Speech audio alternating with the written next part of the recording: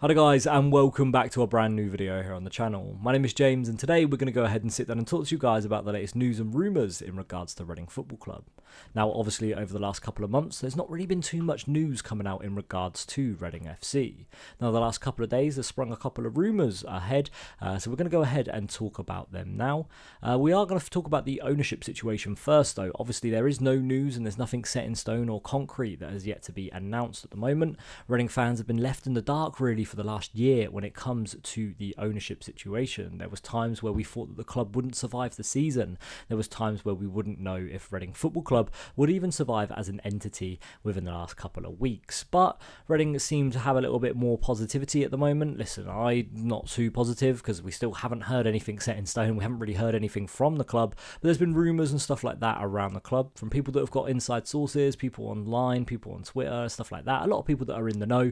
When it comes to respected journalists though, and things that I've heard from them, I am a little bit more confident to hear things from them. Now obviously at the moment the potential rumoured person is Rob Cohig, who potentially will take over the club. The former Wycombe Wanderers owner who had a few run-ins with Reading fans earlier on in the year when he attempted to buy Bearwood Park for Wycombe Wanderers.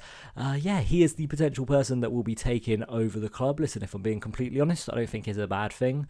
Cohig won't run Reading the way they are now. I don't think we'll be a Category 1 academy. I think potentially we might even rent out Bearwood Park to other people, as I don't think they've got the funds to be able to run Reading the way they're run now. Now, is that necessarily a bad thing? No. Are they going to come in and make Reading a financially stable place? I do believe that, yes. He led Wycombe to 5 out of their 6 best position finishes in the history of the football club. So when it comes to Rob Cohig, I think he's somebody that will be sensible and will be smart in running the club. Now, he is 75 years old, so is this somebody that's going to be here for the long term? Potentially not. Is it someone that's going to come in, fix the club and then sell it on? Potentially. But listen, if I'm being completely honest at the moment, I would take anyone other than Dai Young. There's been 3 rumoured groups that are in talks with Reading recently. Obviously, we had the Saudi Arabian group, the consortium that consisted of some Saudi potentially investors and headed by Mark Bircham, the former QPR player. We've had Cheer On Sports Group as well, who obviously were in negotiations with Reading and had exclusivity to buy the club for a little while, but that's obviously now expired. And then we've also got Rob Cohig, who has now entered the frame and has been around for the last month or so. Now, supposedly, from a few people that have put things online, he's running the club behind the scenes now at the moment, which, listen, I don't think that's a bad thing. I think it would be a good thing. It's just about whether or not Dai Young's actually going to sell, and yeah, what happens going forward now. Listen, there's nothing concrete to report on, but yeah, just thought I'd keep you up to date with the latest rumours around the ownership. The next thing that we're going to talk about is that Reading youngster Cameron Mpofu has confirmed his switch to Manchester United on Instagram. Yet another youngster is off to a big Manchester club.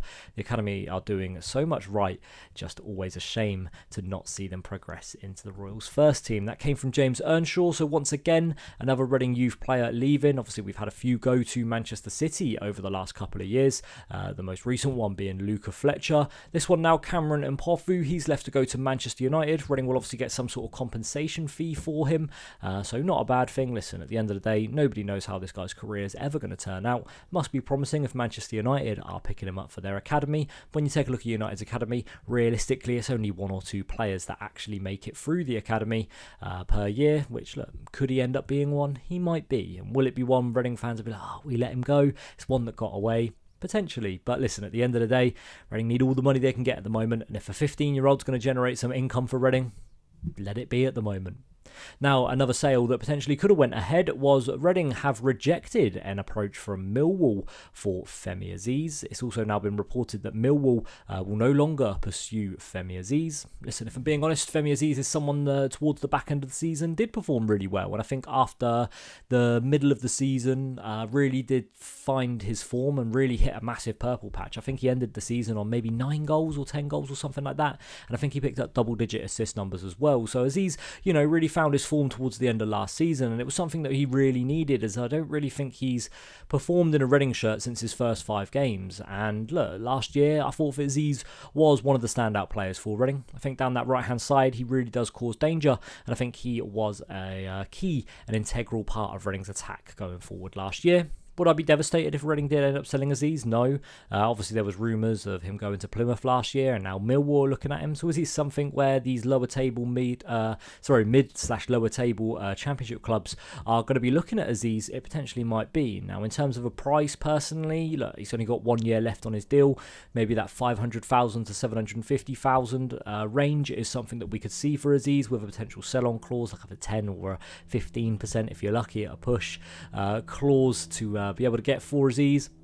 But look, I wouldn't be devastated if Azeez left. Listen, I think Reading have got some really good replacements in the pipeline at the moment to step up if he does end up leaving, with Adrian Akande being the next in line to be able to get a spot on that wing position. But look, Azeez is someone that is at the moment a key part of Reading's attack. I wouldn't like him to go, but it wouldn't also be the end of the world if he was to leave. But obviously, at the moment, as far as we know, Millwall are no longer going to be approaching Reading. But at the moment, with Da Young and Mr. Pang, we do not know if Azeez will go, because he could just end up being sold from under our nose without anybody knowing. And then at the final hour, we know that he's going, and then the confirmation comes across, just like what happened with a couple of other players, where we rejected bids in January, and yet they still ended up leaving the club. Now, that's going to be it for this video today. Listen, again, like I said, not much news at the moment to report on when it comes to Reading, but all we can do is talk about the rumours until we get some concrete stuff. That's going to be it for this video today. Thank you very much for watching. My name's been James, and we'll see you all again very soon. Thank you for watching. We'll see you next time. Bye-bye.